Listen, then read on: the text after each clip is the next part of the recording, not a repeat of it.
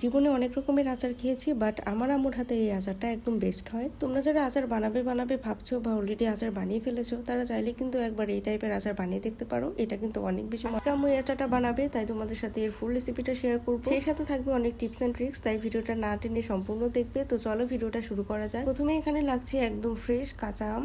এখানে প্রায় 3 কেজির মতো আছে। তো প্রথমে আম্মু এই আমগুলোকে ধুয়ে নিয়েছিল, তো তারপর এই আমগুলোকে কেটে নিচ্ছে। তো এই আমগুলো কিভাবে পিস করতে হবে সেটা কিন্তু আমি দেখিয়ে দিচ্ছি। তো প্রথমেই মাছ বরাবর কেটে নিতে হবে। তো তারপর ভিতরে একটা শ্বাসের মতো থাকে, সেটা ফেলে দিতে হবে। তো তারপর এটাকে 4 ফালি করে নিতে হবে, আর মাঝখানে একটা করে কাট করে দিতে হবে। তো এভাবেই তোমরা সবগুলো আম কেটে নিবে। এই তো আমগুলো কেটে নেওয়া হয়ে গিয়েছে। আমগুলো কিন্তু আবারও পানি দিয়ে ধুয়ে নিতে হবে কয়েকবার, কারণ আমের মধ্যে কিন্তু কষ থাকে। তো আমগুলো ধোয়ার পর খুব ভালো মতো ড্রাই করে নিতে হবে। একটা কাপড় দিয়ে আপনারা মুছে নিতে পারেন, যাতে এক ফোঁটাও পানি না থাকে। এই পার্টটা আমি আর দেখাইনি, তাই বলে দিলাম। তো এই পর্যায়ে আচারের জন্য একটা স্পেশাল মশলা বানিয়ে নিতে হবে। এখানে আছে জিরা, মেথি, মিষ্টি জিরা বা মৌরি আর সরিষা।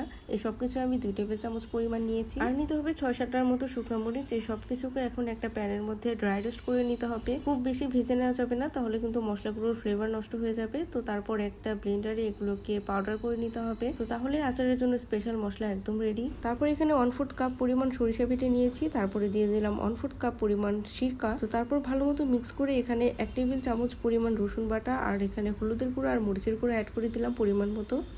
তারপরে এই সব কিছুকে খুব ভালো মতো মিক্স করে কিছুক্ষণ আগে আমরা যে একটা মশলা বানিয়ে রেখেছিলাম পাউডার, তো সেইটা এখন দিয়ে দিলাম। তো তারপর আরও একটুখানি ভিনেগার দিয়ে এটাকে একটা ঘন পেস্ট বানিয়ে নিতে হবে।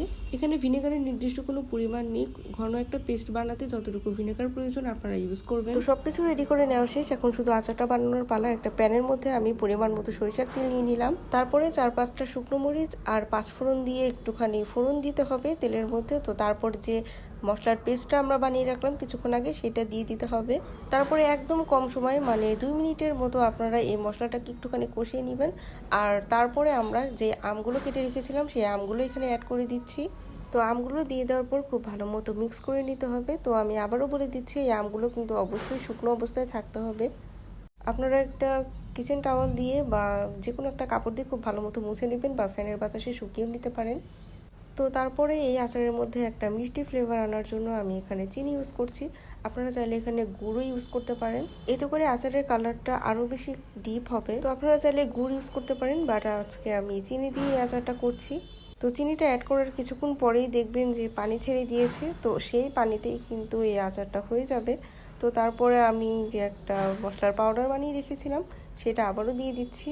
আচারটা কিন্তু প্রায় হয়ে গিয়েছে। তো এর মাঝখানে কিন্তু অনেকক্ষণই জাল করে নেওয়া হয়েছে আচারটা। আর এই আচারটা কিন্তু খুবই হালকা হাতেই নাড়াচাড়া করে দিতে হবে, খুব বেশি জোর দিয়ে এটাকে নাড়তে যাবে না, তাহলে কিন্তু সবগুলো আম ভেঙে যাবে।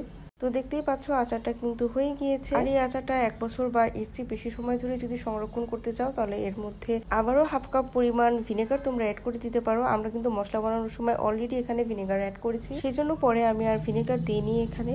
তো দেখো এই আচারগুলো এখন আমি সার্ভ করে তোমাদেরকে দেখাচ্ছি। আমের পিসগুলো কিন্তু একদম গলেও যায়নি, আবার অনেক বেশি শক্ত শক্তও নেই, মানে একদম পারফেক্ট টেক্সচারে আছে। এরকম আচার আমার অনেক বেশি পছন্দ।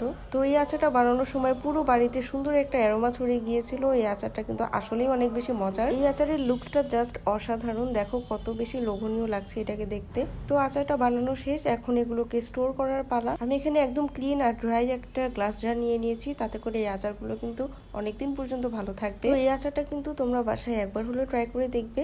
আর আমার এই রেসিপিটা তোমাদের কাছে কেমন লাগলো অবশ্যই কিন্তু কমেন্ট করে জানাবে। ভালো লাগলে ভিডিওটা শেয়ার করে দিবে আর একটা ফলো দিয়ে দিবে অবশ্যই। আবারও চলে আসবো নতুন করে ভিডিও নিয়ে। আজকের মতো বাই বাই।